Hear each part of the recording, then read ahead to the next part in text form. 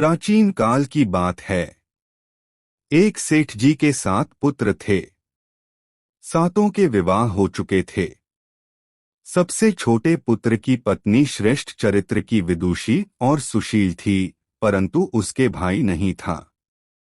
एक दिन बड़ी बहू ने घर लीपने को पीली मिट्टी लाने के लिए सभी बहुओं को साथ चलने को कहा, तो सभी धलिया और खुरपी लेकर मिट्टी खोदने लगी। तभी वहां एक सर्प निकला, जिसे बड़ी बहू खुरपी से मारने लगी।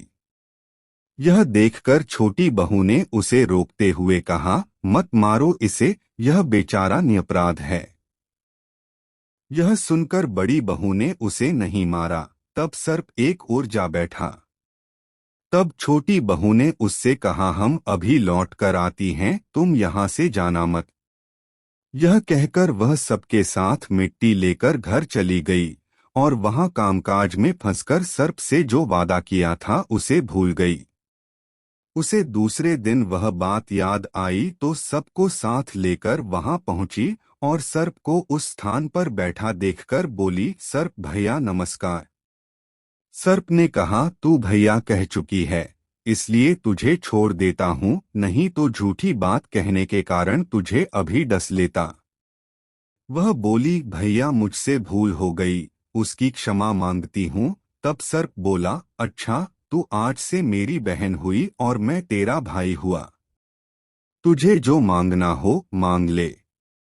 वह बोली, भैया मेरा कोई नहीं है, अच्छा हुआ जो तू मेरा भाई बन गया। कुछ दिन व्यतीत होने पर वह सर्प मनुष्य का रूप रखकर उसके घर आया और बोला कि मेरी बहन को भेज दो। सबने कहा कि इसके तो कोई भाई नहीं था, तो वह बोला, मैं दूर के रिश्ते में इसका भाई हूँ, बचपन में ही बाहर चला गया था। उसके विश्वास दिलाने पर घर के लोगों ने छोटी को उसके साथ भेज दिया। उसने मार्ग में बताया कि मैं वही सर्प हूँ, इसलिए तू डरना नहीं और जहाँ चलने में कठिनाई हो वहाँ मेरी पूंछ पकड़ लेना। उसने कहे अनुसार ही किया और इस प्रकार वह उसके घर पहुँच गई। वहाँ के धन ऐश्वर्य को देखकर वह चकित हो गई। एक दिन सर्प की माता ने उससे कहा, मैं एक काम से बाहर जा रही हूँ, तू अपने भाई को ठंडा दूध पिला देना। उसे यह बात ध्यान न रही और उससे गर्म दूध पिला दिया, जिसमें उसका मुख बेतरह जल गया। यह देखकर सर्प की माता बहुत क्रोधित हुई, परंतु सर्प के समझाने पर शांत हो गई। तब सर्प ने कहा कि बहन को अब उसके घर भेज देना चाहिए। तब सर्प और उसके पिता ने उसे बहुत सा सोना, चांदी, जवाहरात, वस्त्र, आभूषण आदि देकर उसके घर पहुंचा दिया। इतना ढेर सारा धन देखकर बड़ी बहू ने ईर्ष्या से कहा, भाई तो बड़ा धनवान है, तुझे तो उससे और भी धन लाना चाहिए। सर्प ने यह वचन सुना तो सब वस्तुएं सोने की लाकर दे दी। यह देखकर बड़ी बहू ने कहा, इन्हें झाड़ने की झाड़ू भी सोने की होनी चाहिए। तब सर्प ने झाड़ू भी सोने की लाकर रख दी। सर्प ने छोटी बहू को हीरा मणियों का एक अद्भुत हार दिया था। उसकी प्रशंसा उस देश की रानी ने भी सुनी और वह राजा से बोली कि सेठ की छोटी बहू का हार यहाँ आना चाहिए। राजा ने मंत्री को हुक्म दिया कि उससे वह हार लेकर शीघ्र उपस्थित हो। मंत्री ने सेठ जी से जाकर कहा कि महारानी जी छोटी बहू का हार पहनेंगी, वह उससे लेकर मुझे दे दो। सेठ जी ने डर के कारण छोटी बहू से हार मंगा कर दे दिया। छोटी बहू को यह बात बहुत बुरी लगी। उसने अपने सर्प भाई को याद किया और आने पर प्रार्थना की, भैया रानी ने हार छीन लिया है, तुम कुछ ऐसा करो कि जब वह हार उसके गले में रहे तब तक के लिए सर्प बन जाए और जब वह मुझे लौटा दे तब हीरों और मणियों का हो जाए। सर्प ने ठीक वैसा ही किया। जैसे ही रानी ने हार पहना वैसे ही वह सर्प बन गया। यह देखकर रानी चीख पड़ी और रोने लगी।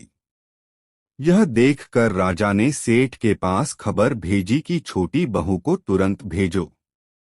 सेठ जी डर गए कि राजा न जाने क्या करेगा। वे स्वयं छोटी बहू को साथ लेकर उपस्थित हुए। राजा ने छोटी बहू से पूछा, तूने क्या जादू किया है, मैं तुझे दंड दूंगा। छोटी बहू बोली, राजन, धृष्टता क्षमा कीजिए, यह हार ही ऐसा है कि मेरे गले में हीरों और मणियों का रहता है और दूसरे के गले में सर्प बन जाता है। यह सुनकर राजा ने वह सर्प बना हार उसे देकर कहा, अभी पहनकर दिखाओ। छोटी बहू ने जैसे ही उसे पहना वैसे ही हीरो मणियों का हो गया। यह देखकर राजा को उसकी बात का विश्वास हो गया और उसने प्रसन्न होकर उसे बहुत सी मुद्राएं भी पुरस्कार में दीं। छोटी वह अपने हार और इन सहित घर लौट आई। उसके धन को देखकर बड़ी बहू ने ईर्ष्या के कारण उसके पति को सिखाया कि छोटी बहू के पास कहीं से धन आया है। यह सुनकर उसके पति ने अपनी पत्नी को बुलाकर कहा, ठीक ठीक बता कि यह धन तुझे कौन देता है। तब वह सर्प को याद करने लगी। तब उसी समय सर्प ने प्रकट होकर कहा, यदि मेरी धर्म बहन के आचरण पर संदेह प्रकट करेगा तो मैं उसे खा लूंगा। यह सुनकर छोटी बहू का पति बहुत प्रसन्न हुआ और उसने सर्प देवता का बड़ा सत्कार किया। उसी दिन से नागपंचमी का त्योहार मनाया जाता है और स्त्रियां सर्प को भाई मानकर उसकी पूजा करती हैं। दोस्तों, इस वीडियो में बस इतना ही। आशा करता हूं कि मेरे द्वारा दी गई जानकारी आपको पसंद आई होगी। चैनल पर नए हैं तो सब्सक्राइब करें और बेल आइकन दबाएं। धन्यवाद।